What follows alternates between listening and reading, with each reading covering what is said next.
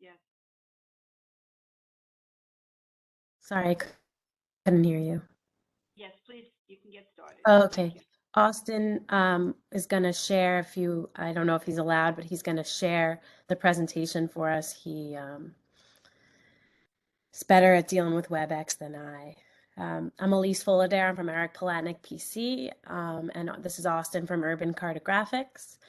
And I first would like to just give you a little history of this site because we've been in front of your board before. So about a year ago, we came in front of your board. It's for a variance for a 4-story residential building with 8 units. And so we came in front of your board for the variance, and your board asked us to look at, because it's on a street that the street next to it is part of the Williamsburg rezoning from 2009. And this street is the first street that isn't. And then behind it is an IBZ. So the board asked that we look to see if we could in the building or something besides just residential buildings. And we took a look at that, and for the past year, and we tried to play, out different scenarios and talk about tenancy, different people. The world has been a roller coaster, as you all know. And we found that in order to make it worth building, there's really having the tenancy at the bottom of a commercial use or an artist loft or something, it really wouldn't work for us. And I have the financial analyst looked at losses and as part of this application, which I'm going to show you. So that's the history of the site. And we haven't been in front of the Board of Standards and Appeals. We're coming to you before that. So whatever your recommendation would be, that'll be before the first hearing at the board. They'll see your recommendation, and we don't even have a date to go at the board yet. So just letting you know where we're at. We're very interested in whatever your board has to say or any comments before we go to the board. So we look forward to whatever your comments are. So you So have I'll go back through the whole. This is not a DCP application. This is a Board of Standards and Appeals application. There is no certification process. It's a variance application, so you have to make the 5 findings of a variance.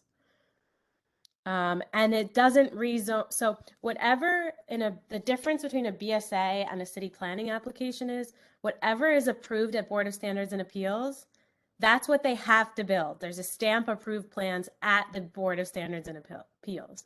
At city planning, you get a rezoning for a different type of district. So you could build whatever fits in that district. This, if anyone wants to change anything at all, ever through time, they have to go back to the Board of Standards and Appeals. So just know that before I go through the 5 findings. And I hope that is clear about the difference here. So we don't want to rezone anything. We understand that this is kind of a buffer area between Z and the Williamsburg rezoning. And so just please, some people who are here tonight probably weren't here a year ago. So just remind us how many units there will be, and is there going to be any affordable? I think we asked you to consider some affordability. The problem here is there's only 8 units, and they're very, very small units. It's only a 4-story building. It's a very small building it's the whole building, and I'll go through it in a sec, but the whole building would only be 5,210 square feet.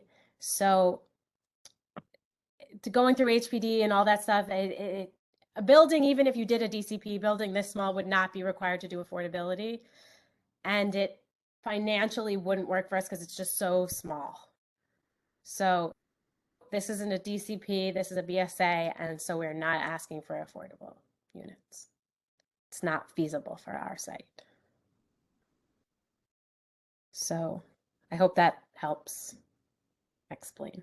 So I'm going to just go through the 5 findings of the variance with everybody and show you the site, and then I'll take whatever questions and we can have a discussion and whatever your board wants to go through. So you can see in this site, it is in an M11 district, and that has been an M11 district here since 1961 when the zoning resolution was created. Austin, want to go to the next slide? You can see where it is. It's the R6. So our site that we are proposing was mocking the R6B because we're on the border with it. So we created a building that would kind of mimic that R6B next to that M11 district. And the site is on Kingsland, which is a narrow street, and it's been historically residential through time. And this site specifically burned down in the 1960s. If according to historical records that we saw, it was residential. And since then, it's just been a kind of dilapidated parking lot. Next slide. You can see where it is. So the first finding of a variance is your site unique? So our site is unique because it's only 25 feet, as you can see, in not depth, but length. So it's only 25 feet. So we can't really build anything there that would work. So it's because our site is so small. And there are tons of other residential buildings on this block, but they're so they're pre-1961, they were already there. So while they're legal, they're not non-complying uses. And it is vacant. It would be very difficult, if not impossible, for us to build a complying site there. And that is why we're here, because it's 25 feet. So while there are other 25 feet lots, they already have a residential building mostly. We'll go to the next slide and you can see the sites that are pre-non-conforming sites. So yeah, you can see here. So if you look here, everything that's in yellow is a residential building on that block in that area. So there is one that isn't, as you can see. There's two. Well, there's one on the corner that's a commercial property, and there's one in the other corner that is manufacturing. And they are pre-1961, in addition to the fact they don't suffer from what we suffer from, because they're not interior lots. And you can see the one that's above it is a much bigger lot than our lot. So that's kind of where we are. So next slide. Here you can see where we are again from an aerial point of view. Next slide again. Okay, lots of slides just showing you where ours, very thin lot, so it's really hard to build manufacturing there, and it has a history of residences. And this is the next finding. So the next finding of a variance, I'm going to bring up the language and just read it to you, sorry. Okay, so apologies. So the next part of it is reasonable return. So the 7221B, the board has to find that because of such physical conditions, there's no reasonable possibility that a development, enlargement, extension, alteration, or change of use on the zoning lot in strict conformity with the provisions of the resolution will bring a reasonable return, and that the grant of a variance is therefore necessary to enable the owner to realize a reasonable return from such zoning lot. So you can see here that we did an analysis, and we found that an as-of-right 0.98 FAR building would give us a negative 22.6% return.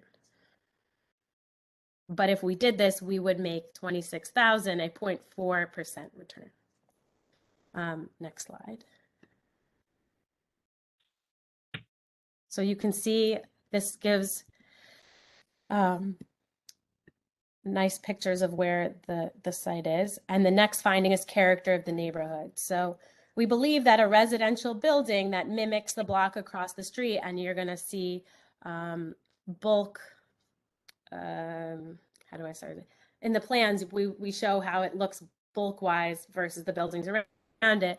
But a 4-story building that's residential would fit in this space, because you can see on either side there's residential buildings.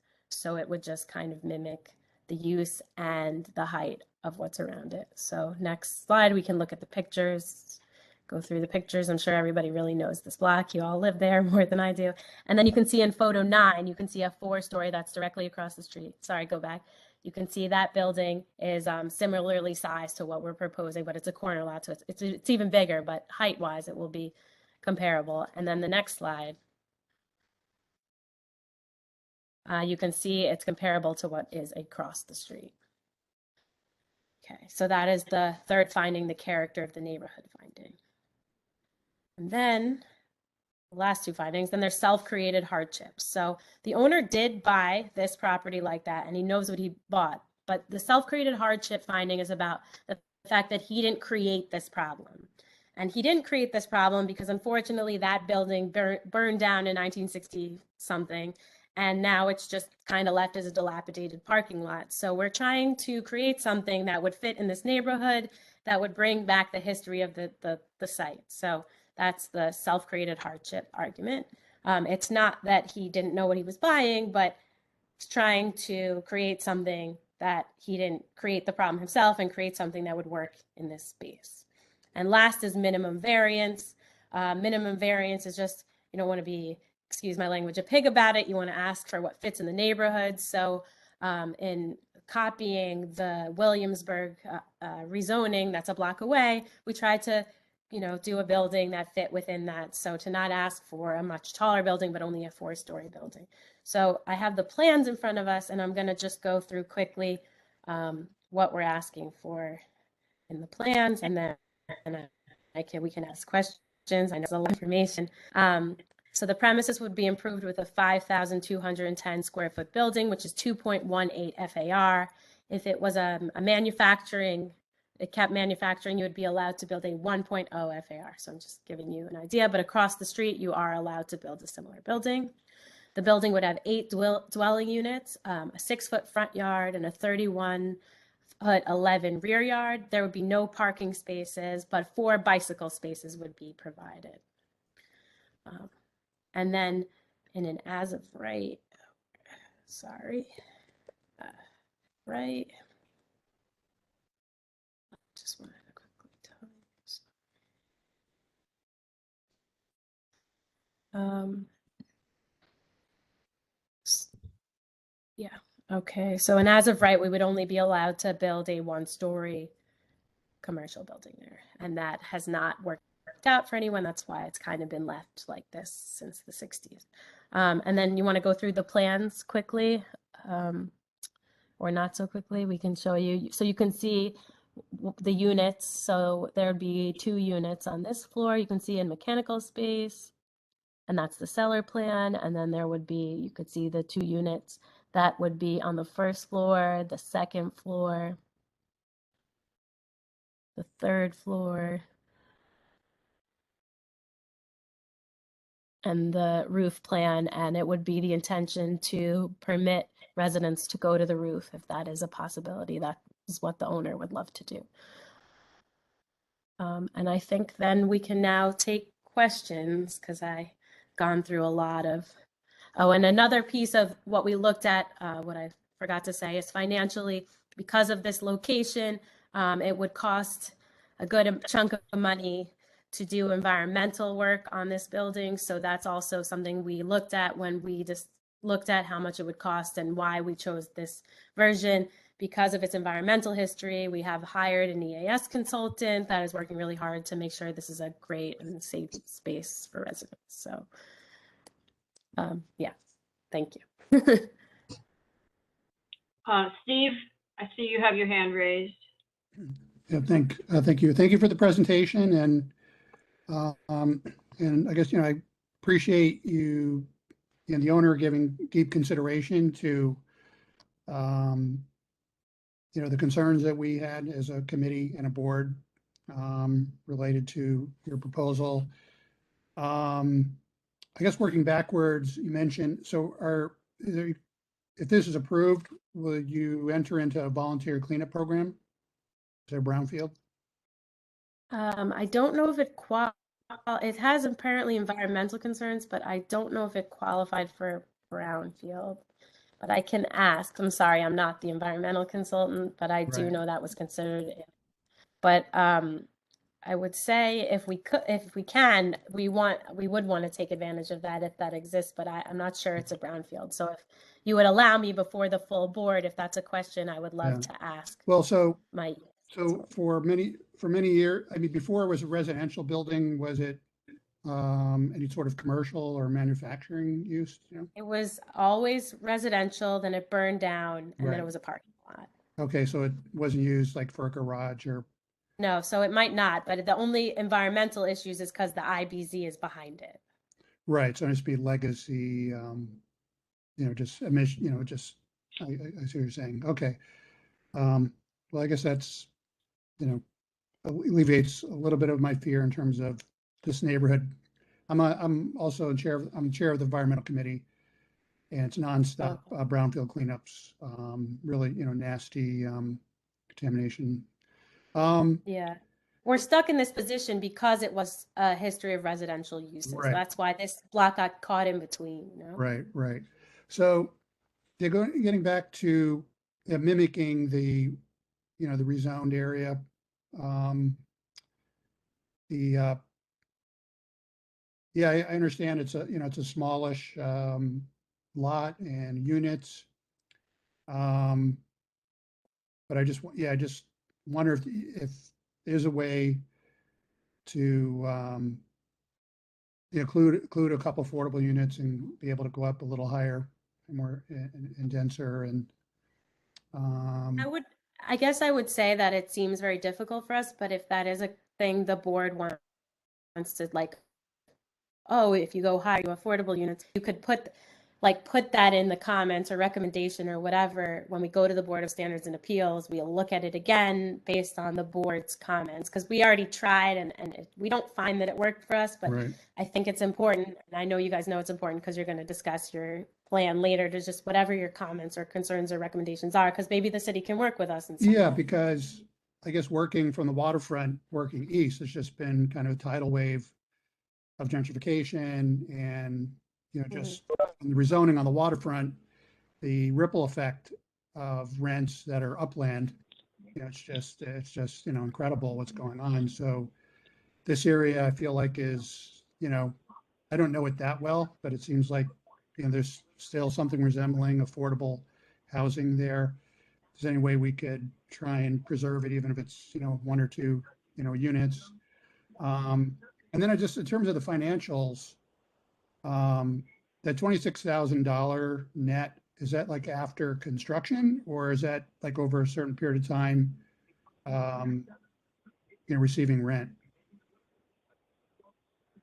Let me look how they did it. Sorry. I'm gonna look at my economic analysis in front of me. I believe it is after It's gonna be collecting rent. $26,000 net. I mean, what's the point, right? I mean, so.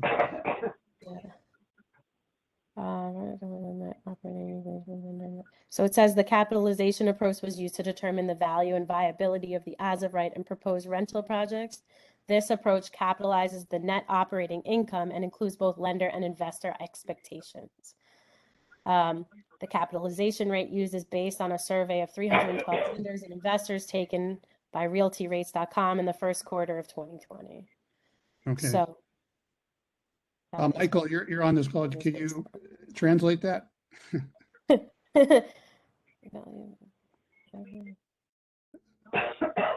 So it takes into consideration the net operating, so how much it costs to operate the building, Okay.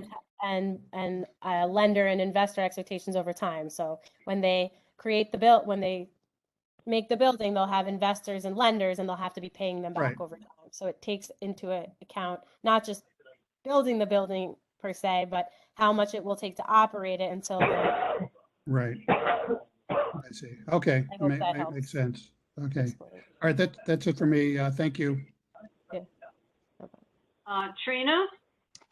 A couple questions.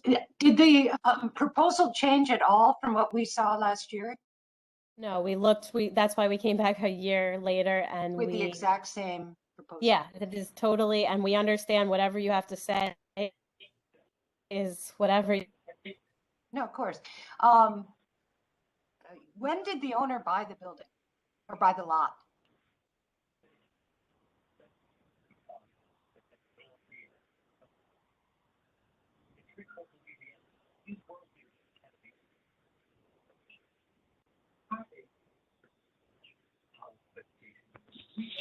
Have we lost her?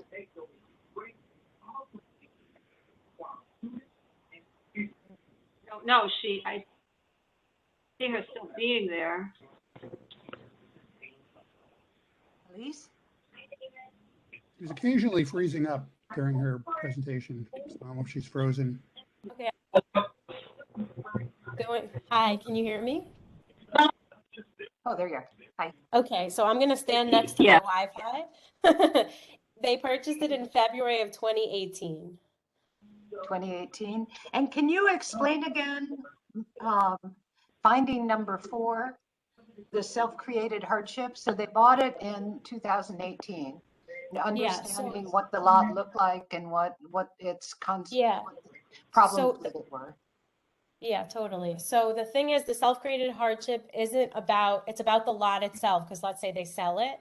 So is the lot, so let's say the lot was combined with the lot next door and the same person owned both lots and no one ever improved it to be combined. Then they created their own problem because someone owned it together and could have built a normally sized building that had owned it. But this lot was just, they purchased just this lot because that's what was sold to them, and they're not the ones who made it this small. Or, for instance, But they're if the you're ones the that chose to buy it.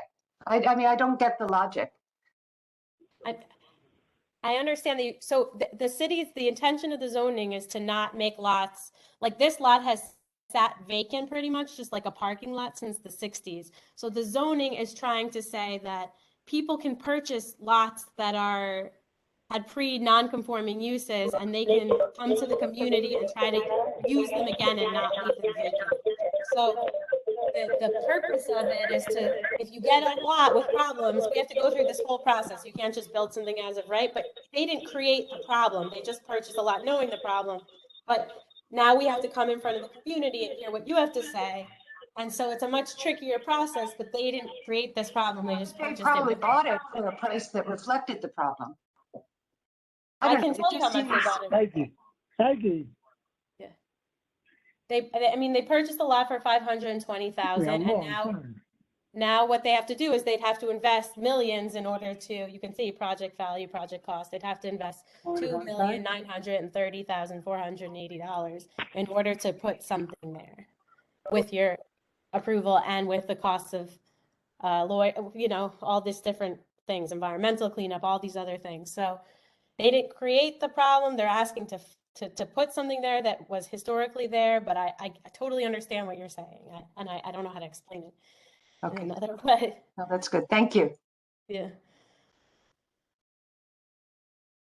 Does anyone else have any questions? I mean, if I may, it's Corey Canson. Yes. I mean, I think in terms of the problem is what you want to do isn't affordable. So I do kind of go back to the question of, sale prices are based on what the capability is. And I think that if it is that, your client spent more than makes sense for the project, then it probably wasn't a good purchase. And whoever sold it got more than they probably should have. And I guess my only totally understand, and I think that if affordable is something your board really wants to see and is necessary, you should definitely put that in whatever your recommendations are.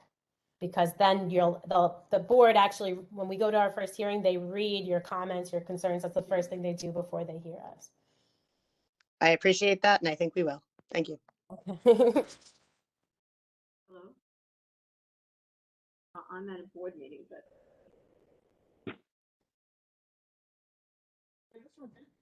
All right. We'll just take advantage of for a second. Sorry. I'm back. Go ahead, Steve. Oh, sorry. Thanks. If this project is approved to be a residential development, would the owner consider, like, how are they going to comply with local law 97 in terms of, climate, greenhouse gas emission limits, like in terms of technology of how they're going to heat and cool the building and power the building. They're looking into alternatives to fossil fuels to handle those things. So we did have somebody look at air quality and HVAC and everything, and I think I have at least some of the answer to that question. Just looking for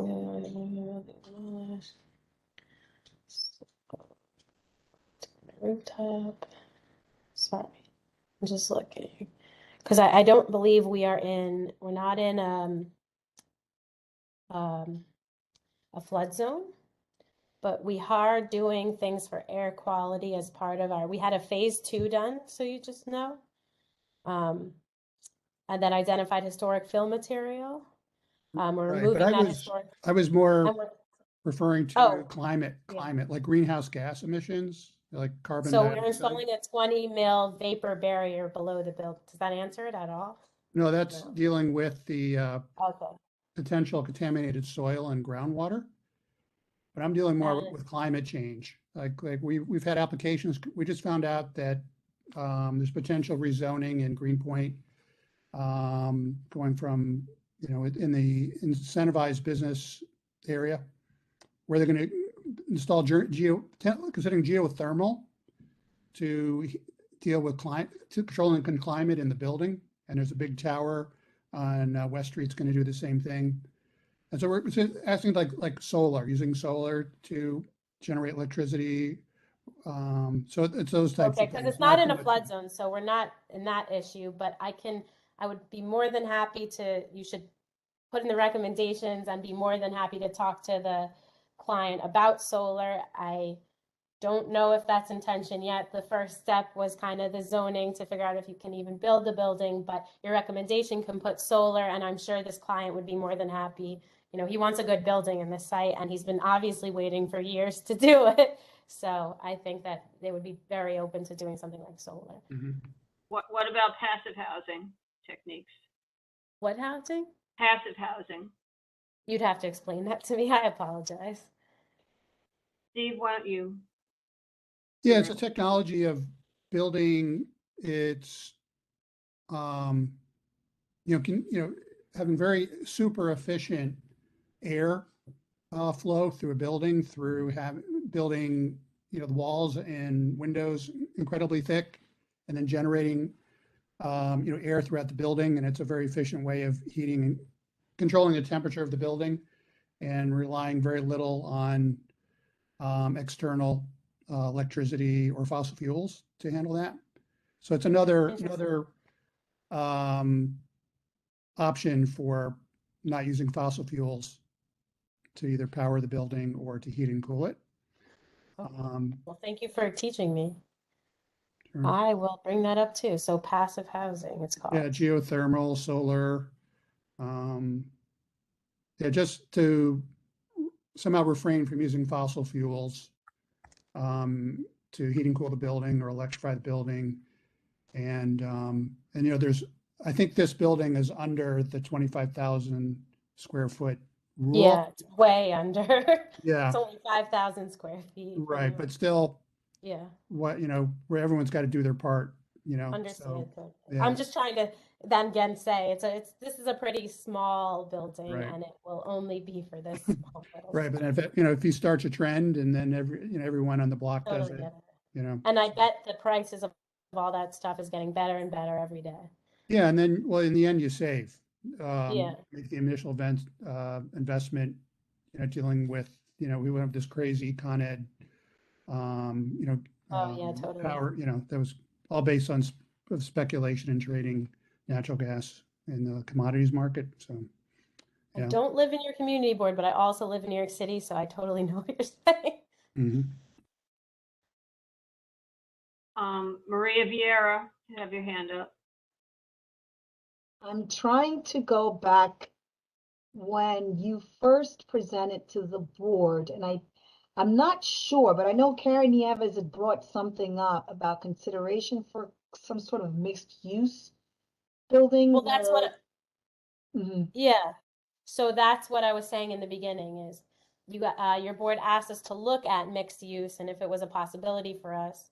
And then we came back, this is a year later, because it's something we discussed numerous times and looked at with our financial consultant, and it didn't work out for us financially.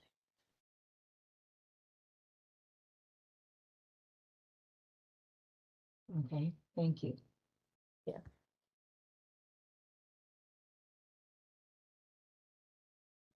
Are there any other questions? Trying to see if anyone else has a hand raised. Don't see anyone. Don't see anything.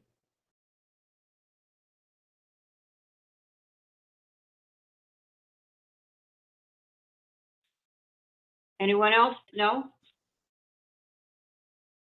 So I have a question on the rest of this, the block that this site is on, this side of the street. What are the heights of the other buildings right on this side of the street? They look So on this side of the street, it's historically more two-story, 3-story, like lower than our building. We copied across the street. So it is more, they're residences, but they're just single, double family kind of things.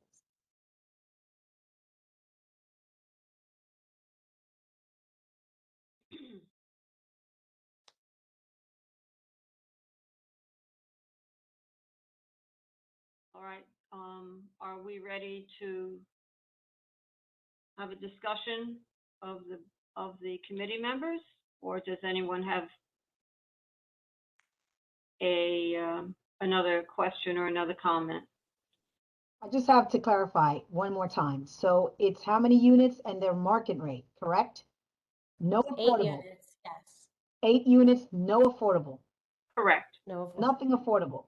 correct. Nothing, no affordable. How, However, I will just say that, she did say that if we were to, well, Steve asked, what if you were able to get additional height and then put in affordable, and the response was that maybe that could be done. But that I was- said put it in your recommendation, because what we were doing is trying to just be really considerate of what was across the street and not build anything more. Why not? Ask a question? Why not just build a two-story building like the other buildings on your street? We felt that looking at the C finding of neighborhood character and our hardship finding, that this is what made sense for us when we looked at minimum variance. Trina. has the owner developed any other property in Williamsburg or Greenpoint? They have in Brooklyn. I can ask them to confirm if it's been in Williamsburg or Greenpoint, but I know we have worked, our firm has worked in rezonings and different things with them in other sites. So I can ask them to name a few, and I could send an email to your board. And has it if you'd been like. buildings of this scale, residential buildings of this scale? Yeah, I think mostly much bigger than this scale, because it's been a rezoning, and you would not go for a rezoning of a building this small, but. Sure. I have a question. What advantage is your project bringing to this community board and to this area that would make us want to approve a development that is more dense than everything else on the block and that has no affordability and no commercial use? I think if you go, Austin, back to the photographs, you can see that this property is in between two residences, and it's been a parking lot since the 1960s, and it doesn't look that great. So you could see what it looks like now. It will probably be left like that, because that's what it's been left like since the 60s. And what we're just trying to do is build a residential, it's historically residential, and just make something that looks nice in that space. That isn't too big. It's 5,000 square feet. And that would then encourage other people to try to build up and build and get market rate rents and further. Well, increase what they would have to rent. do is, like I said, it's not a rezoning, it's a BSA. So Right. it's, Right. each home on that block would have to come to you and ask you to do what we're doing. Yes. So it's not, it doesn't, whatever stands on the plans approved is what we get, and that's it forever and always. Mhm. So I guess the question that the balance that we're in part dealing with is, if this is granted, is this going to start a snowball running uphill, let's say, for increasing the rents and getting developers to ask for more variances and to say, well, why not give us a variance? You gave it to them. The reason I would say that that might not happen is because you have to prove uniqueness, and we're the only vacant property with a non-conforming use in a large square radius.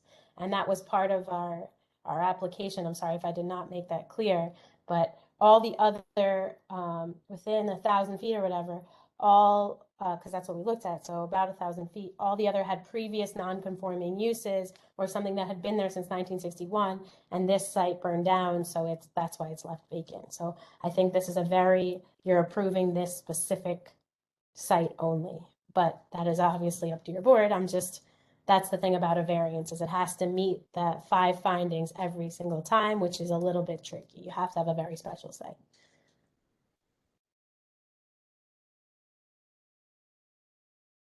What's the building next to it? So are we looking at the building next to the gray house? And then what's next to it that also looks like a vacant lot, at least from what I can see from this picture? Or is it a They're all part of garage? Yeah, so they're all in between this whole garagey thing with the 2 different boxes. Okay, oh, that's a garage. Okay. Yeah.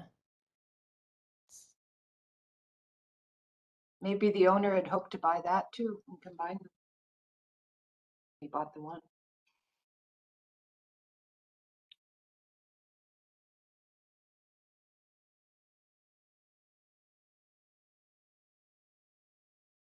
Yeah, I can't understand this. It doesn't look to me like a vacant lot sandwiched between 2 residential buildings. It's a parking lot, so it has like a gate in front of it. Maybe we could go to an aerial or something that shows it better. Maybe could you zoom in on that?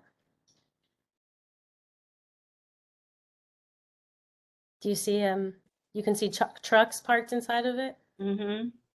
So it's just trucks there's a gate, and then there's trucks parked on a pavement. And then next to it on either side are residential buildings? Yeah.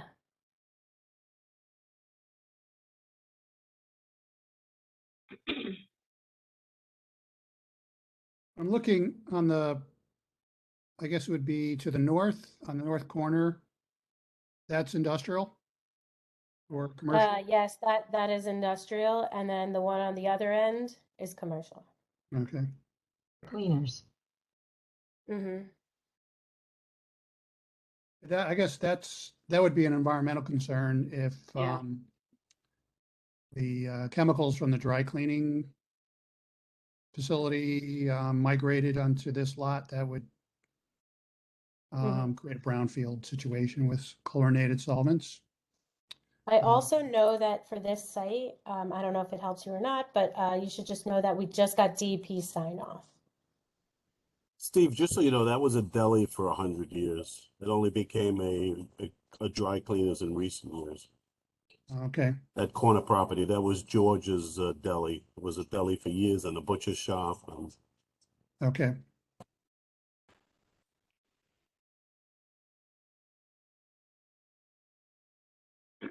All right. Well, why don't I'd like to hear from some of the other committee members what your thoughts are.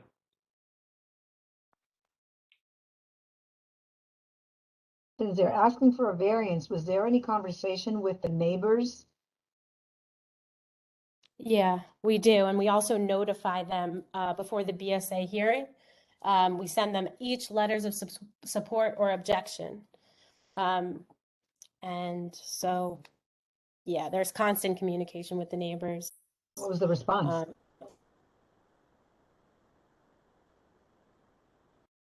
What was the response? You're glitching. She's stuck. I wonder if the neighbors knew about this meeting. We can, if you want, we can have someone inform them before your full board meeting. We can send them notice if you'd like. What was the response to your reaching out to the neighbors? I'm saying that we send them notices. I don't think we've had any, we've been contacting them, but I don't think we have any response, but I'll ask my point is we send them letters before the board meeting, not the board, the BSA meeting, but we haven't done that yet because we haven't had one yet. We're getting your opinion first, but we can send another notice before your community board, and I will ask the owner if he can get some sort of letter or something from the neighbors next door, so you have that before your full board. We have not heard. We've reached out, but I don't have any responses. I have a question. So it looked like your plans also included excavation. Is that true? And how deep would you be digging down below grade in that lot? It looks like it's already level. I want to see if the EAS excavation. Sorry, when you ask non-zoning questions, I have to take another look at my stuff. Excavation, what is it? There was a side view in what we were shown before. Yeah, we're definitely excavating some because we have to, because of the different, we did a construction healthy and safety plan, and we did a remedial action plan with DP, and we got signed off. So we told them, but I'm seeing if it. Were there apartments in the basement? There was in the cellar, yeah. Can I get back to you on that one, how deep it is? I know I have a DEP letter I could even show you that is a sign off, but I'm not sure how deep we're actually excavating. Yeah, my concern is the building next door clearly has a basement and an apartment below grade. Having lived next to a construction site, I know exactly what happens when you excavate next to a building. So I'd be curious, what the neighbors have to say about their this project as well. Okay.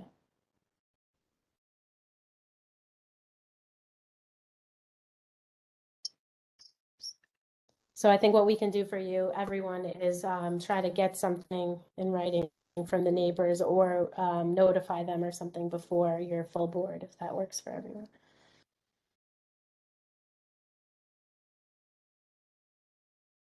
Well, it would be better if we had a response from them, just rather than just some proof that you gave them, served them. Yeah, understood. I'm just, sometimes you knock and you knock and you knock and you get no one, but we could do something of a mix, try to knock, and if we don't do that, we'll notice and we'll let you know what happens.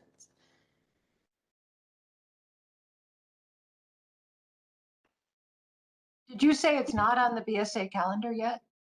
It is not, nope. So we could ask them to do that and come back to us. Well, that's what I'm saying, before a full board, so you No, could- before the next month's committee meeting. So we're gonna have, you want to have another land use meeting? It's a thought. Oh, okay, I'm just asking. Do we need to make a vote tonight? Is this something that has to be voted on because it's on the clock? I She think just we said it's would not on ask, the BSA calendar. it's not on the BSA calendar, but we have responded to the notice of comments. So I think we're gonna get on the BSA calendar soon. I don't know what your schedule looks like. I think we would prefer if you could vote and make any recommendations, and then we could go along with your recommendations, but whatever works for you. So Jerry, how does this work? Because we have a lot of open questions here. How does it work with the need for us to actually vote and present to this next full board for a vote? Well, there was a BZ number was issued by the Board of Standards and Appeals, so it's an active application. So is there a time limit for us to have a vote from the full board? Usually, once they issue the BZ number, it's 60 days. Okay, so it is on the clock then. Well, we issued a BZ number 2 years ago. We came back because you guys asked us to answer a bunch of questions. We looked at our application. We tried to come back with something different, but we couldn't, and then we came back to you.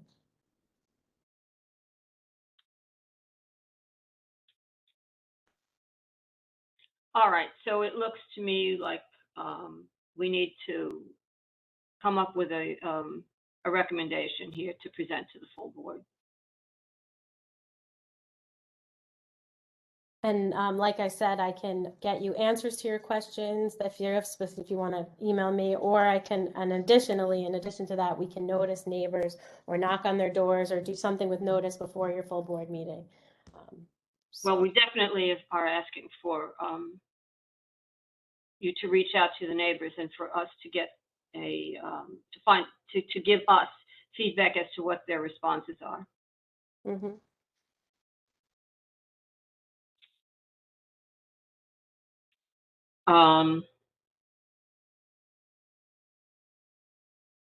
So now let's just proceed to have a discussion among the among our committee members. Let's see if anybody wants to suggest that that either we approve or don't approve, or are there any conditions that you'd like to? I'd like to know how the committee feels about the application, and whether whether you think that they've met their 5 findings to the extent that we can we would approve it. Let me just mention something about the this not being self-created problem. Technically, it is true that the mere fact that they overpaid doesn't qualify as they're having created a problem. That, however, doesn't mean that we cannot. That doesn't mean that we have to approve the application. We can find that be that as it may, they may not have created it, but we may find that it's out of character, that there are issues that make it so that it should not be the project as planned is actually a detriment to the area and is out of character. I'm not suggesting we do that. I'm just trying to explain to you that kind of that anomaly, so to speak, that the logic that we have struggled with over and over and over again about the self-created problem. And it's something that maybe we should discuss. We've talked about it on a number of occasions. We've tried to reach out to our electeds to discuss that, and it may be something that we want to, have in our future discussions. Well, if I could jump in, Mm-hmm. that's the thing, is this whole application is basically, the idea is to help benefit the owner of the property, get a return on his investment, be it over investing. Is the potential negatives of having it is building 8 units of market rate housing. Can be a balance, a trade-off either with jobs, affordable housing, or both. And leaving, parking lot, just this blighted garage and lot, it's not really serving a good purpose, but that's kind of what comes to mind, just thinking out loud.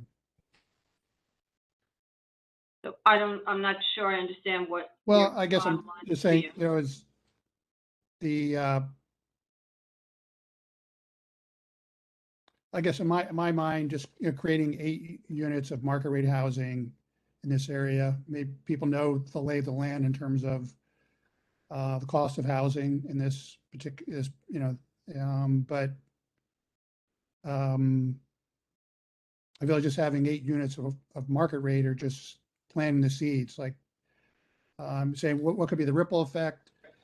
Maybe the one of the property owners decides he may want to rezone, and then the whole block gets rezoned to an R6 or something. And I don't know how feasible that is because there are working commercial buildings there. So, but yeah, it just really worries me just to have a straight up alteration that is just for market rate housing without, some comparable community benefit.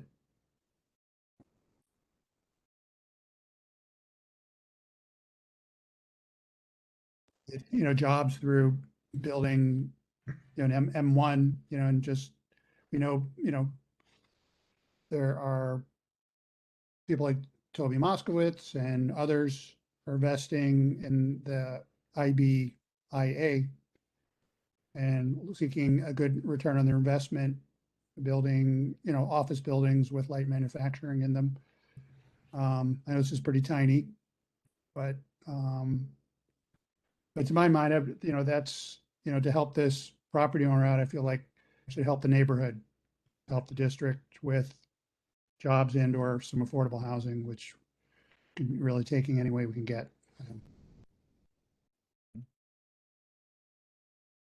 I agree with Steve. It's I do too. unfortunate that the property owner took a risk, which is a risk that most property owners take when they buy property. It's real estate. The market goes up, it goes down. You just never know. I believe that, and this is, of course, just my thinking. It's that he bought this property thinking that he was either going to be able to purchase the adjacent property or that it was going to increase in value. I don't know what he was thinking, but unfortunately, this is what happened. And I don't think that it is the community's, of course, it was through no fault of his own, but it's not the community's fault either. He knew very well what he was doing when he bought it. And to come to the community board to ask for a variance based on his mishap without giving anything back, I don't think is the community's choice either. And if the give back involves building affordable housing, but going up another 2 floors, that's also something to consider, whether that's something that we want to allow. Right. It's already out of character. The entire block is what I see next door is 2 floors and Yeah. it's already out of character. Mhm. Not to mention the impact it's going to create on the neighbors when they do start building and excavating. You don't know what's going to happen there. I don't know. Those are my thoughts. I agree with that. Even though I made that suggestion, I feel like they're already asking for the increased density. So, yeah. Yeah. So are we voting tonight or coming up with a list of recommendations? What do we want to do here? Well, It's like we had the same discussion like whatever it was 8 months ago about this property. Nothing's changed. Well, something has changed. We asked them to go back and consider either some commercial space, mixed use space, or affordability. And they said no. And now they came back and they said no. So now we will vote. Now we may not, I don't think we have a quorum. So what we can do is we can still vote, and then you will agree that I present what we vote as, whatever our recommendation, whatever we vote on here, then you will agree that I will present it to the full board.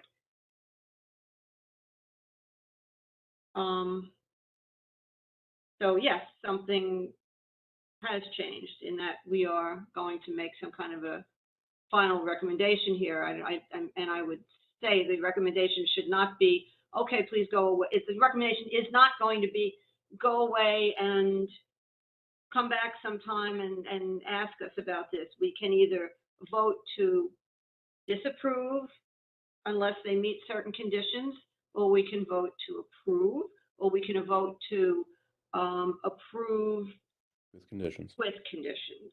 Right. Do remember and do understand that whether we say approve or disapprove with conditions, there is a difference. If we, to disapprove unless certain conditions are met is a stronger statement, in my opinion, and I think this is my opinion, versus approve with certain conditions. Either way, we can do either, or we can approve. One thing we should never do is we should never just disapprove. That's almost worthless. The city has made it very clear over and over. If we're going to disapprove, please give them the reasons.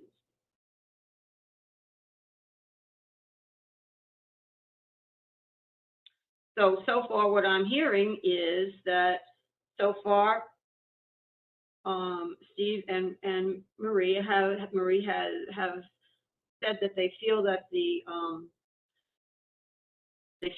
they're concerned about approving 8 units market rate in a building that's already out of character with the other buildings on the block.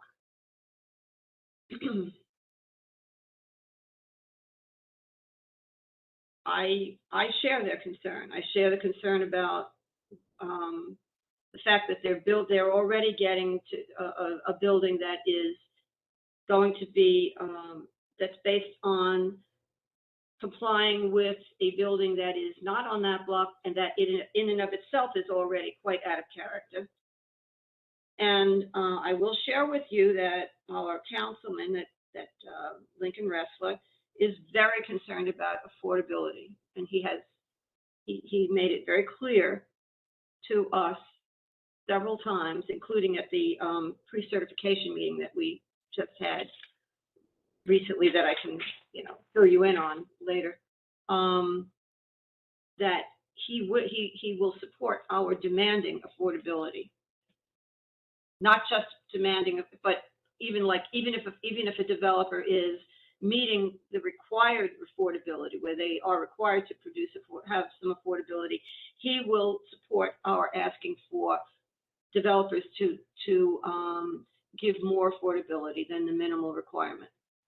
So, I mean, I can't guarantee what his response would be to this, but I can say that the message that we're getting from him is that one of his highest priorities is to increase the affordability of this neighborhood.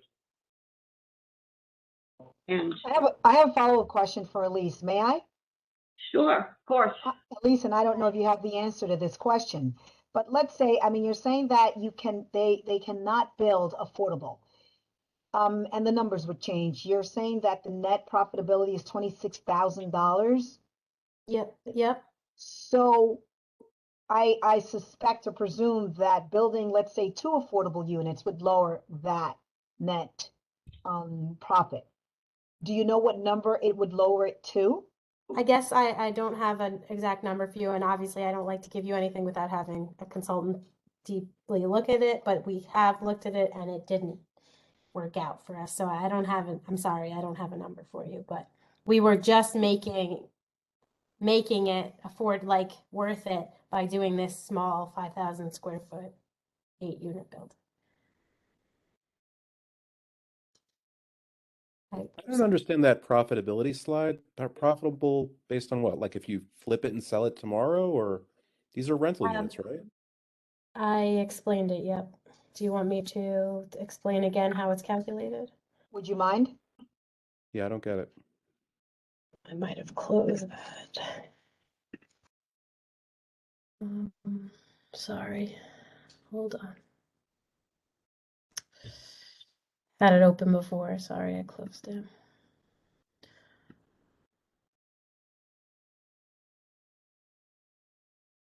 So we use something called a capitalization approach. And this looks at the net operating income and includes both lender and investor expectations.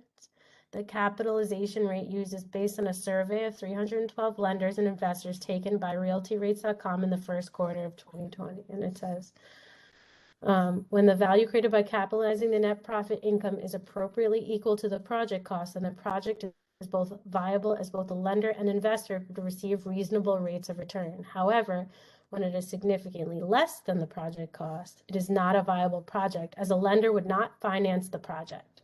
Conversely, when the project value is significantly more than the project cost, it creates a greater than minimum acceptable return on investment and would not meet the minimum variance standard of the New York City Board of Standards and Appeals. And that is from our economic analysis. report. It's a cap rate thing. I mean, cap rate is it's the rents, it's the NOI, and then the rate of return. Mm-hmm. I'm sorry, I can't go deeper than that because I'm not the. And Corey, does this slide mean anything to you? yeah, yeah. And we provided in our, we did a Dropbox link to everyone, and in it is our economic analysis report, which you should be able to access. It's 72 pages, and it goes through all the different things we looked at. Well, but we're asking you to explain it to us. Well, that's why I'm giving how it's collected or how it's created. That's why I was just giving you the summary.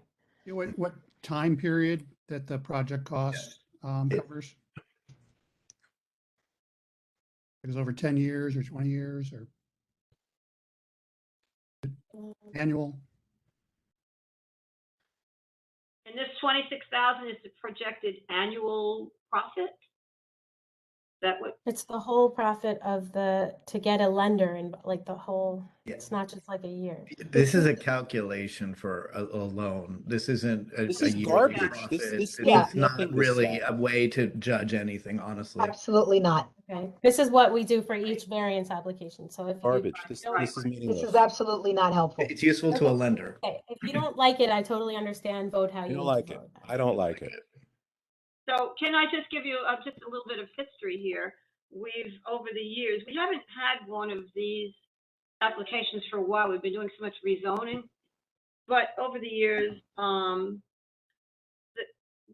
land use committee, even before I was chairperson, the land use committee has always had big questions about this particular, this figure that we would be presented with. You know, I think it's kind of hard pressed. I think I have a feeling from just judging from some of the comments I've been hearing that some of the members of this committee, including myself, are thinking, why would anybody actually go through all this trouble to have an annual profit of $26,000? It makes no sense to me. But I think I agree with all of you. This is not a helpful figure.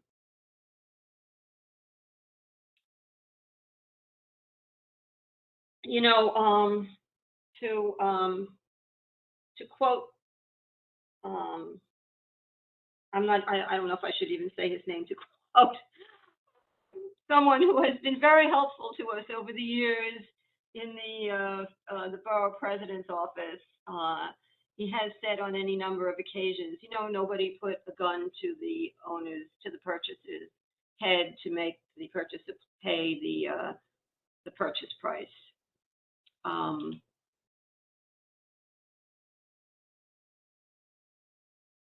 He bought a lemon.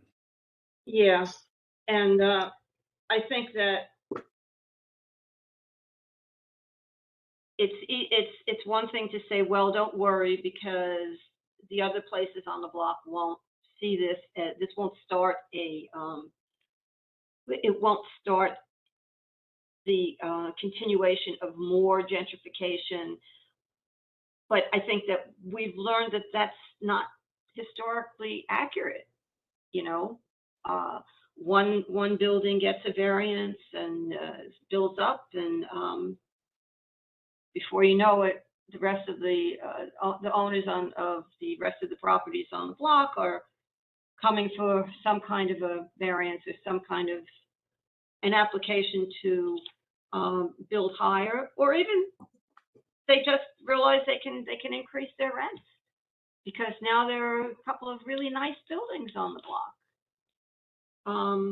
Or someone goes around and buys the buildings from the longtime owners with a price they can't refuse. Exactly. Should we make a motion? Can I Sorry. speak? Yeah. I've been quiet and listening because you all know so much more than I do. But you know, the last thing I want to do is leave a vacant lot vacant. But those numbers aren't real. How can we vote on anything that we don't have any real numbers? So I just don't see how we can vote in favor of something we don't have anything content. That's all. Thank you. I'm not so sure that a vacant lot is the worst thing in terms of keeping the rent's affordable, but I'm an old timer here. I've come from the days when, as someone said to me one time, we didn't need help with affordability because all of our places were affordable in this area. So Should we make a motion for all the various reasons to disapprove? I'm fine with that. You want to vote on it? Anybody want to say Motion. anything? Let's make a motion. Okay, actually, you just made the motion. I second it, Trina. So Trina, Is it disapprove or disapprove with conditions? I'd say just disapprove for all the reasons that we've talked about, because the condition would be to add affordable units, but that would add height. And do we really want more height in this block? Agreed. I mean, that's my thinking.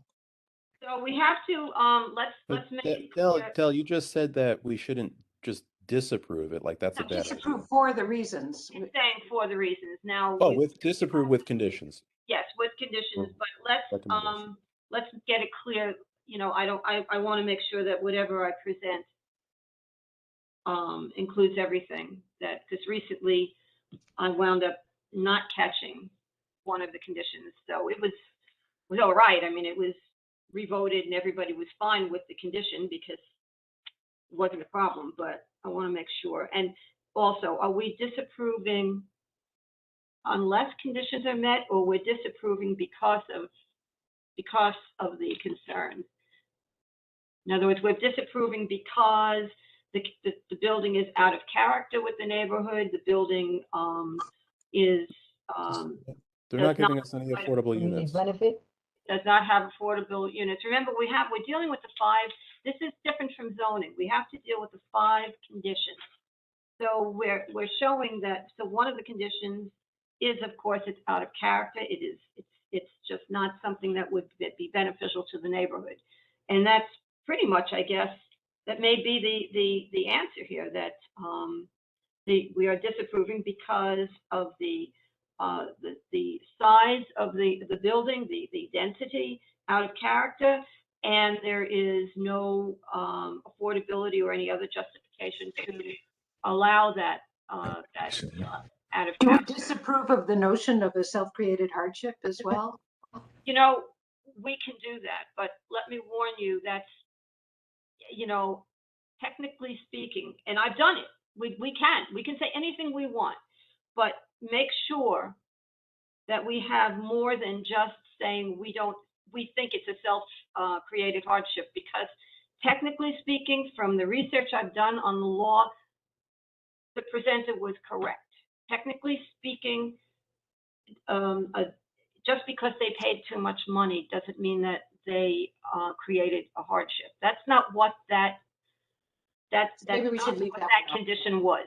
However, that doesn't mean we can't put it in. Just make sure we have that Let's put in sound stuff that's grounded. Yes. Now, again, why would we put something like that in? Only because it's something that we want to get the electeds to think about, because it's a message we want to give.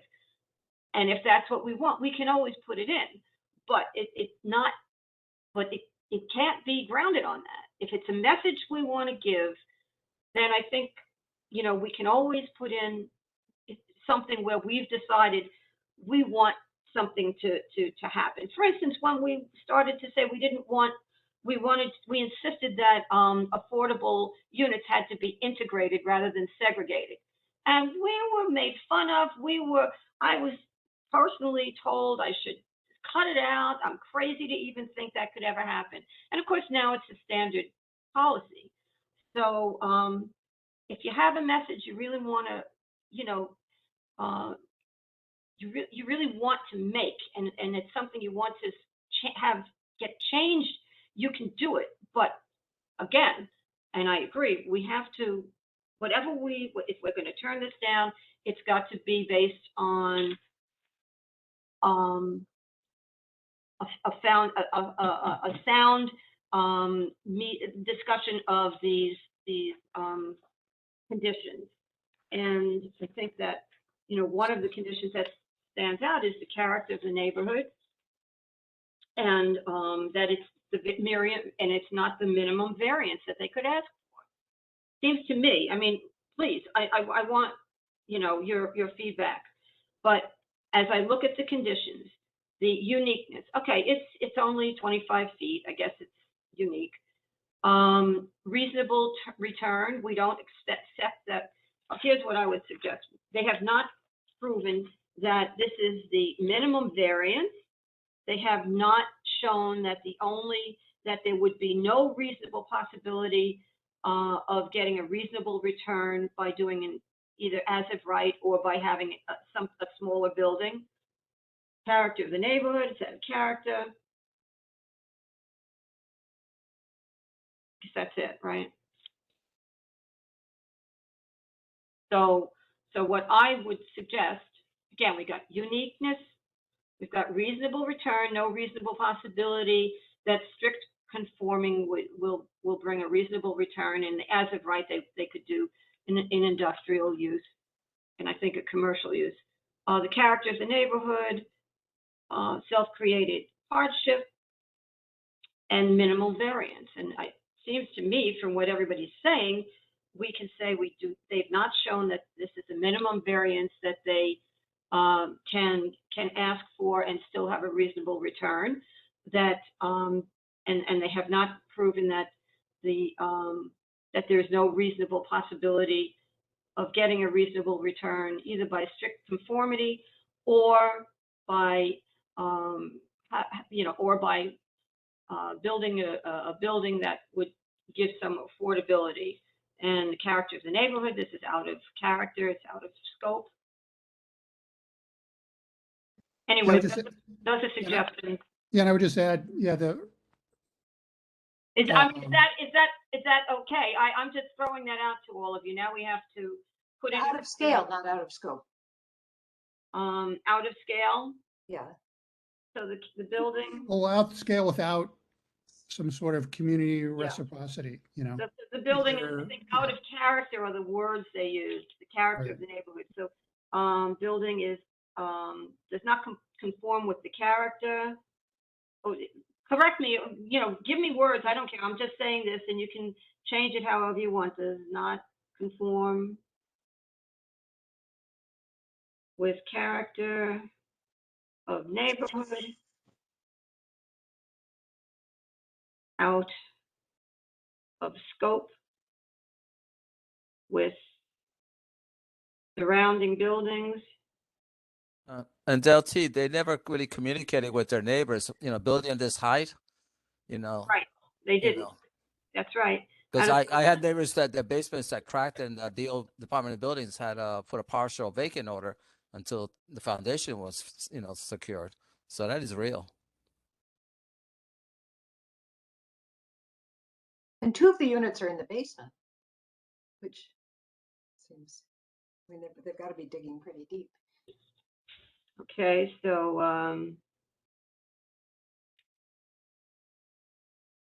we're concerned that the excavation will damage adjacent buildings. Is that a concern?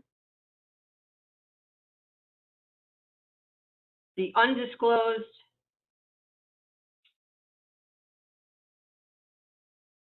I don't know if undisclosed is right. In other words, the depth, the undisclosed, the excavation undisclosed depth.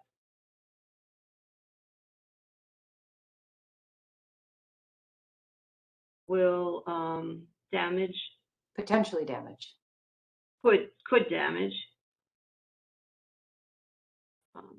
adjacent. They did not prove that this is the minimum variance.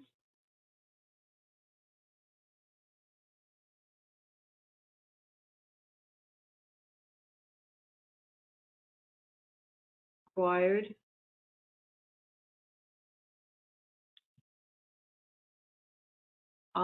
They did not prove that there is no reasonable possibility of a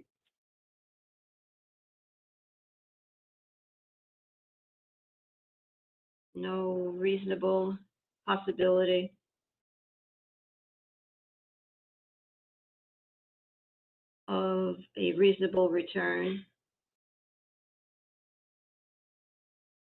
with strict compliance for a smaller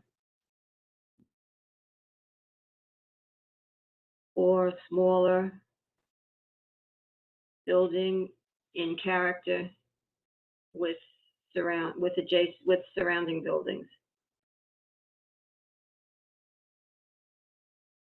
Does that sound right? And in return for the variance, they didn't offer anything back to the community. So yeah, that my objection is no affordable housing. So I don't know if it goes in there or if it's a different discussion. So what I did or have, recommendation. let's see if this works.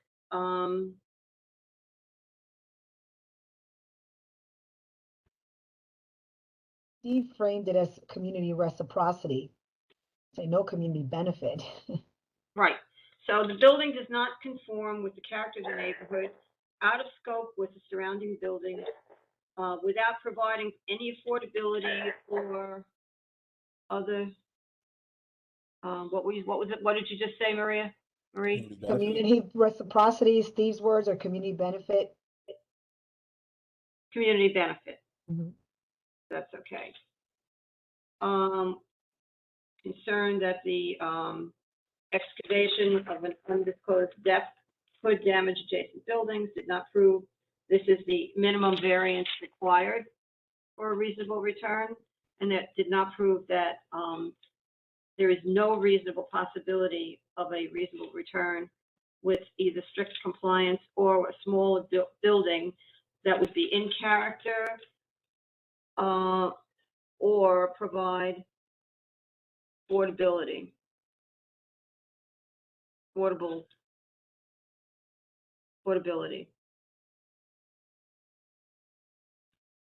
How's that? Or comply with the A lot. manufacturing zoning, right? Right, Because exactly. it would So be that- okay if it. Exactly. No proof that there is no reasonable possibility of a reasonable return with strict compliance Okay, so that would be to the current zoning. Or with providing a smaller building that is in character with the surrounding buildings, or that would provide affordability.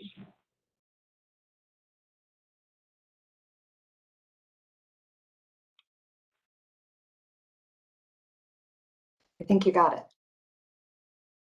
Should we vote? Vote. What? Yes? Okay, okay. Jerry, could you do a roll call? Sure. Del Teague, Yes. Maria Vieira, Yes. Trina McKeever, Yes. Stephen Chesler, Yes. Erin Drinkwater, Moishe Indig, Rosanna Kaminsky, Abraham Leibovitz, Sante Michelli, Rabbi Niederman, Karen Nieves, Isaac Sofer, Robert Solano, Steve Weidberg. Steve Weidberg, I know Steve is here. no vote. William Vega, Wait, Williams, William Vega, yes. Thumbs up. Simon Weiser, Michael Andrews, Yes. thank you. Keith Berger, Corey Canton, Yes. Michael Kowachka, Yes. thank you. Katie Naplatarski, Allison Stone.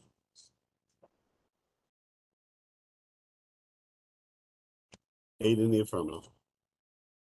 Okay. So I will present this as a consensus.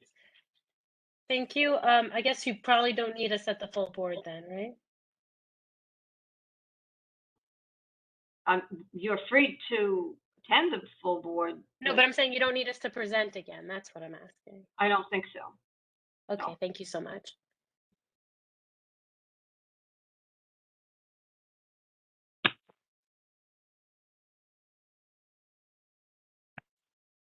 Okay.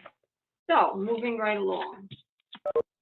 Some of us, as many of you know, we had a meeting, our last land use committee meeting was held with council, with our councilman Ressler, with Lincoln Ressler, and with a representative of the community board, and of the not the community board, of the borough president, the borough president's representative, with actually Lincoln Ressler himself came and attended. We also invited our other council person, but she did not send a representative. In any case, we discussed with them the various policies that I laid out in that memo that was sent out to everyone. And one of the things that came out of the meeting was that Lincoln pledged to try to get the community board and himself actively involved with developers before they got certified, so that we wouldn't just be presented with a request for rezoning that is pretty much all, developed, that, when I say developed, I mean the plan is all developed, and we're given 60 days to just quick vote on it. So we had our first pre-certification meeting. It was on 30 Franklin Street, and it was a Zoom meeting. I don't know if I was able to actually tell all of who was there, but I know, well, I was there, and I'm talking about from our community board. So Trina was there, Steve Chesler, you were there. I don't know if anybody else from the land use committee and the community board attended. I didn't see anyone, but again, I'm not that familiar with Zoom. But Trina, Steve, do you know if anyone else was there? It was a lot of neighbors, people that live right around there. Yeah, community yeah. members. I think we may have been the only community board members. Okay, Yeah. so I mean, we can just discuss. Oh, excuse me, Mr. Weidberg just texted me. He's having trouble with his microphone. He votes in the affirmative. Oh, great. Okay, that's great. That's 9. That's Thank you. unanimous. Sorry, So that's sorry great. to interrupt. Okay, thank you, Steve. So again, we were reassured that the council member is very committed to affordability. Now the plan that, I'll just give you some of my thoughts on the plan, and then Steve and Trina, maybe you can just fill people in. What they want to do is they want to build a they want a rezoning from M11 to M12, which would then allow them to ask for a special permit to create a new industrial business incentive area. And the request that they will make, again, this is pre-certification, would be that 13 lots would be involved, only 4 of which are owned by this applicant. But that area would be rezoned, and as other owners of the different other lots desired to build some kind of a structure and get a special permit, an IBIA special permit, they would then have to come themselves for the special permit. But they wouldn't have to start from scratch. They would just have to come and get the special permit. So the building that they plan to build, or that they want to build, is a 6-story building with a cellar. They would have tall industrial space for the industrial units. There would also be commercial space and some commercial and industrial. And then there would be some stores, I think on the ground floor, retail, I think. In any case, the other thing that they talked about was the idea that they would very much like to do geothermal heating. I asked them how committed were they to that, and they said very committed.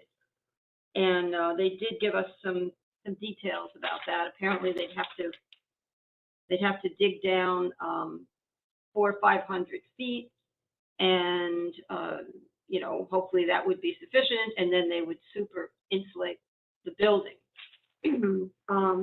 They also discussed having a green roof, and they thought it might be a very nice idea to have an event space on the roof. So the rental range, they thought would be about $30 a foot, approximately.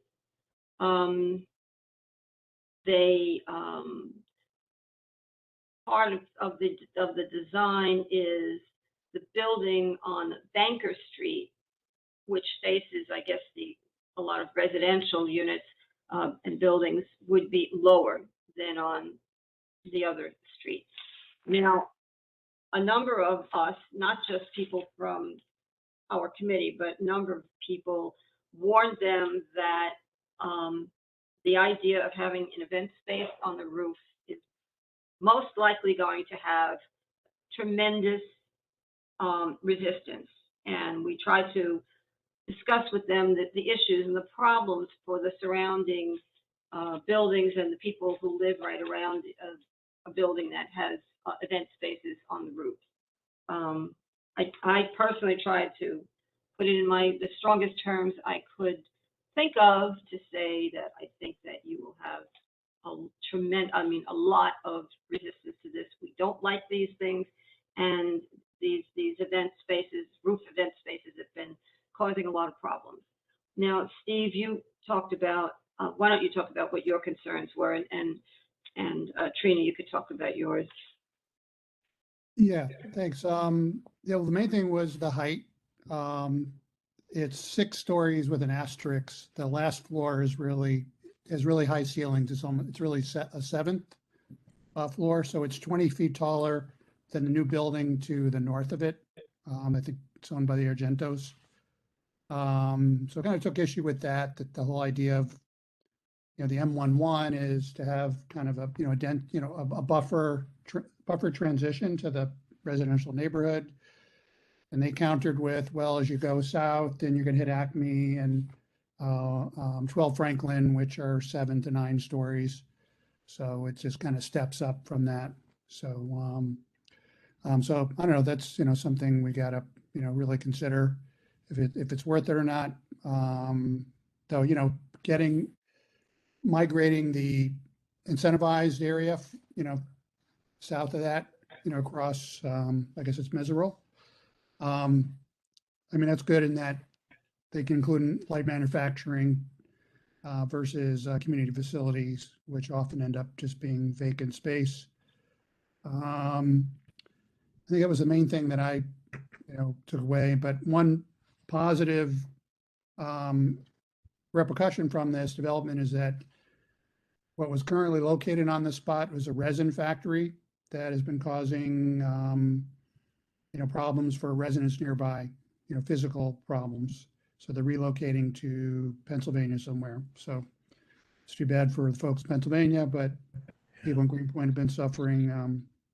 That'll be a positive evolution there. I think that was it. The main concerns that I came with. Mm-hmm. The one question I had to do with the special permit itself, where the building, in order to get the extra height, has to include 17%, I think, manufacturing. And that's the permit that they used in 25 Kent and that Acme took advantage of. And Acme, it's the Acme fish factory that's there. And it was my understanding that in 25 Kent, they had trouble finding a manufacturing tenant, and whether this sort of cross fertilization to allow manufacturing to include, whether it actually worked. And unfortunately, Leah Archibald was on the call and I couldn't understand her answer, but I think she seemed to imply that it does work. But Yeah. it just, the vacancy in 25 Kent scared me. But then the owners of this building talked about how bad the funding was in 25 Kent and how they had set themselves up for difficulty.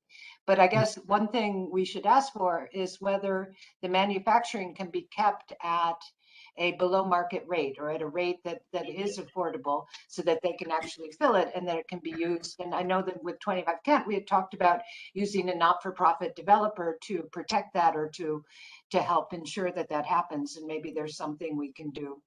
Just get more explanation about the manufacturing and make sure that it works and is beneficial. Yeah. Yeah, they did say that that the way they are structuring this, they anticipate that the cost will be affordable. So But maybe we should ask them to ensure that or something. Yeah, just to, what Leah said is that actually 25 Kent, the manufacturing tenancy actually was easier than the anchor tenancy. Oh, okay. They wanted, because of the way they leveraged, the deal to buy that property, they needed a really high-end tenant, and I guess they got Amazon, but it took them a really long time to do that. So apparently these other developments in that area, in the incentivized area, don't have that type of commitment, and so they can offer more reasonable rents. So I guess we just want to make sure that the manufacturing is actually affordable. And so some of the newly displaced could possibly look there as a solution. yeah. So I have a question. Is this that entire triangular block that they're talking about rezoning and that would include 30 Franklin?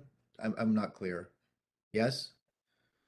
Because that's where, like, for example, Lucky's Tomatoes, that is this place that I'm sure is not going to be able, I mean, both a really important part of the neighborhood and one that is not going to be able to afford a lot more than what they're paying now, I'm sure, and a fair amount of others on that block.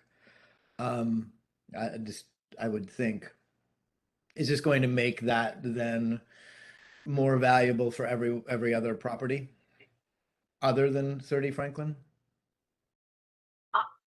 My understanding is that it will, because the owners of those other properties then can take advantage of the expansion of the uses of the allowed uses through a special permit. Yeah. And I guess for us, for the neighborhood, it ensures a certain amount of light industry. Right. And I think the question was really good though. At what price? I mean, I have friends who are trying to relocate a business in the neighborhood. They make paint, Guerra paint. They're old Williamsburg residents. And what is considered affordable, for someone who's had at least for 20 years in the neighborhood at the rate that they got 20 years ago is so not affordable. I feel like, particularly in 25 Kent, I know what they were asking for the light manufacturing, and it was way out of reach of, I think, an awful lot of viable businesses in the neighborhood. So yeah. That's we always kind of feel like, the neighborhood got burned by that, and I guess maybe the developer too. But I thought I heard that the building that Lucky Tomatoes has been in sold. That's what I thought. But I don't know what the status of Lucky Tomatoes is. Yeah.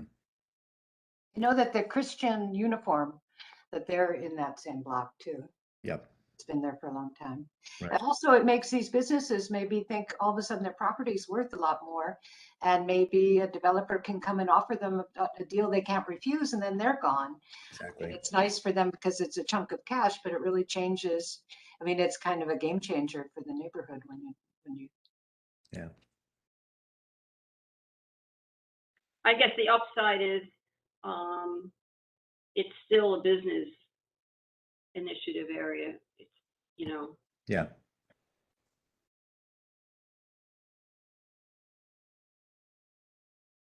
Although I think they're predominantly, it'll be ground floor commercial, and then it'll be mostly office, but then they'll have to, in order to get the special permit, put 17% Yep. of some sort of manufacturing. But maybe if we can make sure that that 17% is below market rate, or there can be something, which is how they sold it to us in the first place with 25 Kent. But then I don't think it ever materialized. Yeah, but they said they couldn't lock in a certain rate for the light manufacturing folks. They said it'll be market driven, whatever, that is. So I don't know if there was administrator that sort of, modulated that, but.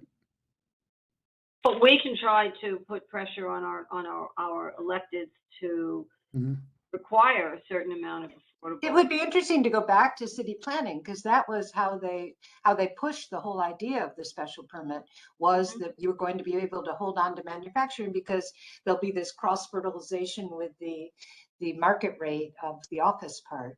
And so you'll be able to put it in the lower cost, be able to offer rents that are much lower. But Well, that seems to have left the. Yes, and we've already asked city planning to come to present to the full board, to talk to us about the process,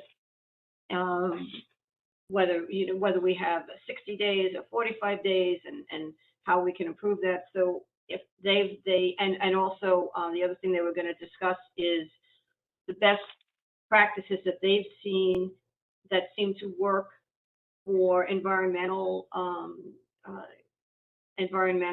issues in the new developments. So seems to me we can add this to the list. Okay, now if we're going to do these special permits in these IBIA districts, or we're going to create them, we want to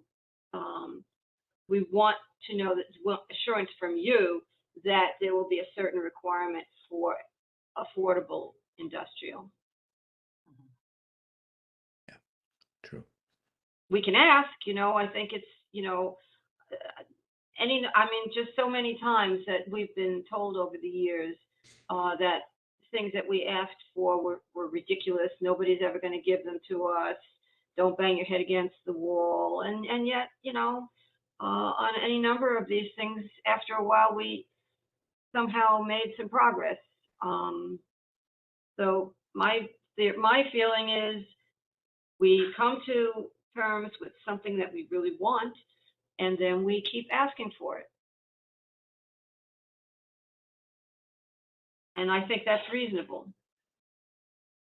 Because if they're not going to give us some affordable industrial, then, well, for one thing, they're not really helping the artisans and the people in this neighborhood, and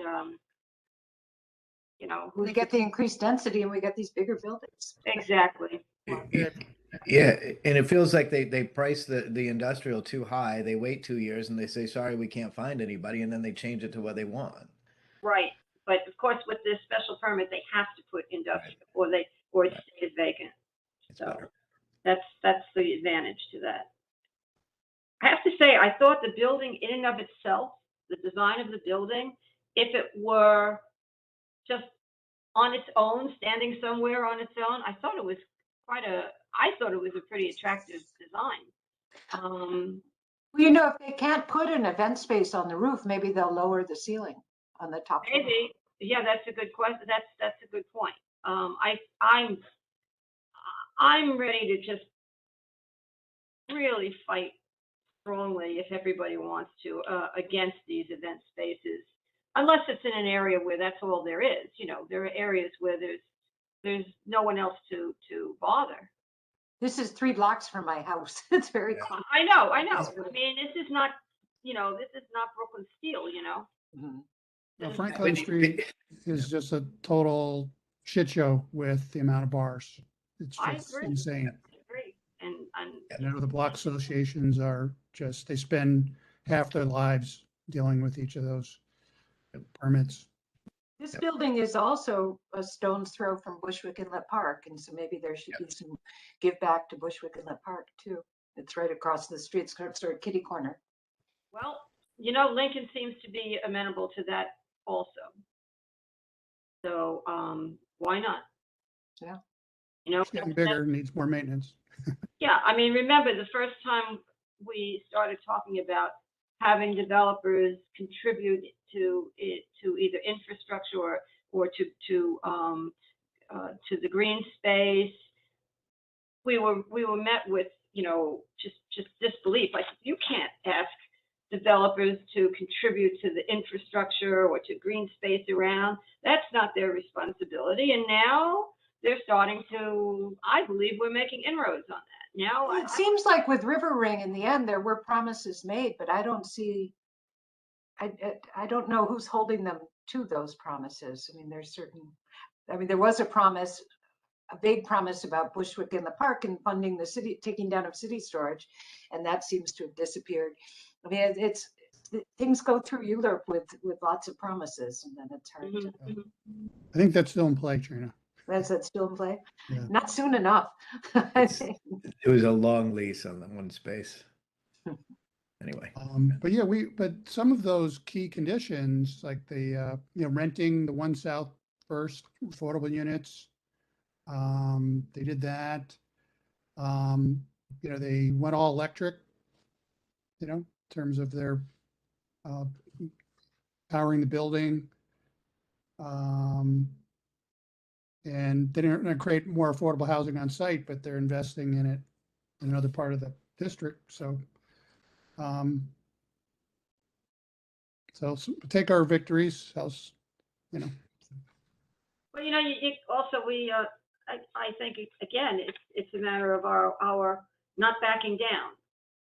Constantly, you know, make these demands, and I think at this point, I think that people are actually quite amenable to the idea of getting developers to give funding, let's say, to a nearby park or to do something for the infrastructure. We're not being met, that I know of, anymore with the reaction of, oh, that's just crazy. So, you know, I think we just have to keep making those demands, and they are reasonable. It is reasonable. Why shouldn't these developers get involved with helping out for the stresses that their development creates? Why not? Yeah, you know, another pressure point that came up was, did you see the borough president's response to 840 Lorimer? I didn't see it. Yeah. Well, one of the things that he recommended was downgrading the commercial part of it, because they were worried about, you know, a box store going in there. So I think he recommended keeping that the same, and just, you know, he was okay with the residential upzone, but he thought with the multiple floors that would leave the space vulnerable to having that, and that would not be an opportune space to have it, you know, in that part of Greenpoint and across from the park. Great. So, so that was an interesting condition, I thought. If I may, it says we have right now the support of our elected officials in the borough president's office, city council. We should be pushing, and these people are making tons of money. You know, it's not that they want to do the right thing. It's the fact it's business to them. You know, they're going to reap so much money. They'll cut a deal with us, and we just push. That's what I'm going to say. I agree. And by the way, Richard Barak is still available to us for his, you know, comments and for his assistance. He's not at the borough president's office anymore, but he's with the mayor. So he reached out to me and said, look, you know, I'm still available if you want some help and assistance, and, you know, you want to use my expertise, so to speak. Another thing that Antonio put in the 840 Lorimer was to only allow MIH option 1 for the deeper affordability. And so maybe that's something we should start to make a steady call for. Sure, I think that's a great idea, and we can ask, you know, we're not satisfied with the minimum amount. We want X amount more. And he also put in engaging a local nonprofit administering agent. Yeah. And so that's another thing that we should always make. Right.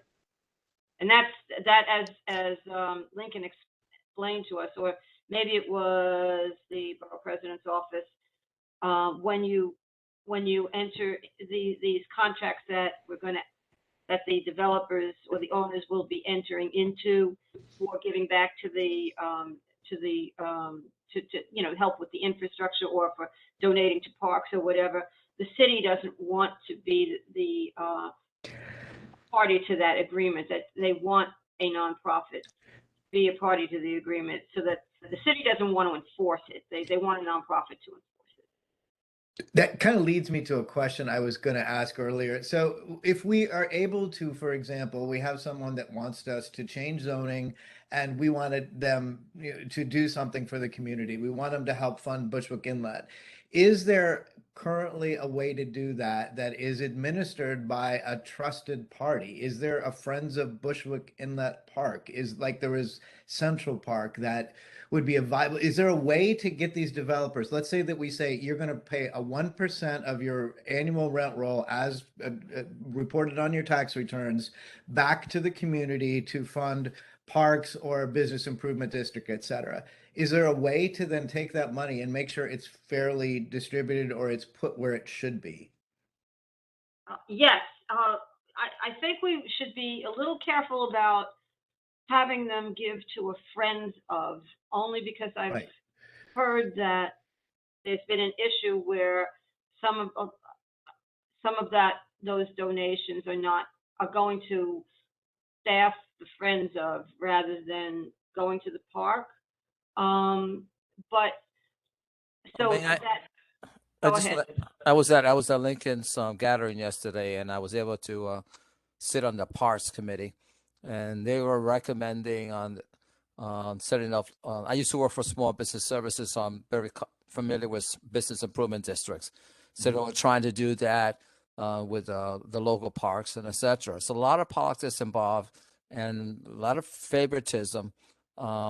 My fear is when we talk about these type of efforts, we have to be ironclad that the benefits goes to that community that building is going to. Because the parks, what they do, they will use those funds to do a project they already was funded for. So now they free up that fund, and that's going to go to someplace else.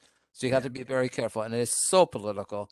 I believe it's something, but this is what happens with the business improvement districts. You have a downtown alliance. You got Grand Central. The rich get richer, and the poor business improvement districts get poorer. So that's my concern. How do you manage this? That the big parks like Manhattan, Central Park, and Prospect Park don't get additional resources, you know? So I think it's a good idea, but how do you manage it? That's, Well, I Yeah. think in language, being very specific in the language, that X amount of dollars will go towards, you know, 2 gardeners, 2 maintenance people, you know, 3 PEP officers, you know, be very, very specific instead of just, Yep. you know, X, you know, a dollar amount going to this nonprofit or to that. And, you know. yeah, we're going through that discussions because I'm one of the friends of Cooper's Park, and we sit down with St. Nick's because they're developing former Greenpoint Hospital, and they promised us $500,000 for playgrounds, and we have to be on top of them and say no, and then they want to give it to a non-for-profit. No, we want to know what the non-for-profit is, and you know we have specific things that we want, so you got to be on top of it. So we're experiencing that right now with Cooper Park. Yeah, I think, and you know, if it goes just into the coffer of the Parks Department, forget it. It can't be earmarked. But we can work with the Parks Department, with Mary, and talk about the exact procedure that would have to, you know, be done to make sure it goes to that. We did that in our request for the developer to give to McCarran Park recently, and we did. You know, I think we at least attempted to be pretty specific that it would have to go to McCarran. It could not be for something that the city would normally fund anyway, that there would be a nonprofit that would oversee it. Okay. And the new commissioner of parks, I don't know which one. I think she was in charge of Prospect Park, so she knows what this is about. We just got, but now she's working for the city, so we just got to be focused. We did say specifically for that we voted the funds to go to McCarran's Park. We have to be so on spot. That's all. Yeah, with Box Street and Newtown Barge both received earmark money to Parks and Recreation from developers in exchange for special permits down there. So And the develop the Greenpoint Avenue, the transmitter, the developer next to transmitter. yes,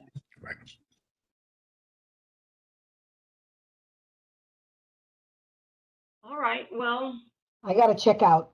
it's 8:30 and I guess we can say call it a night, yeah?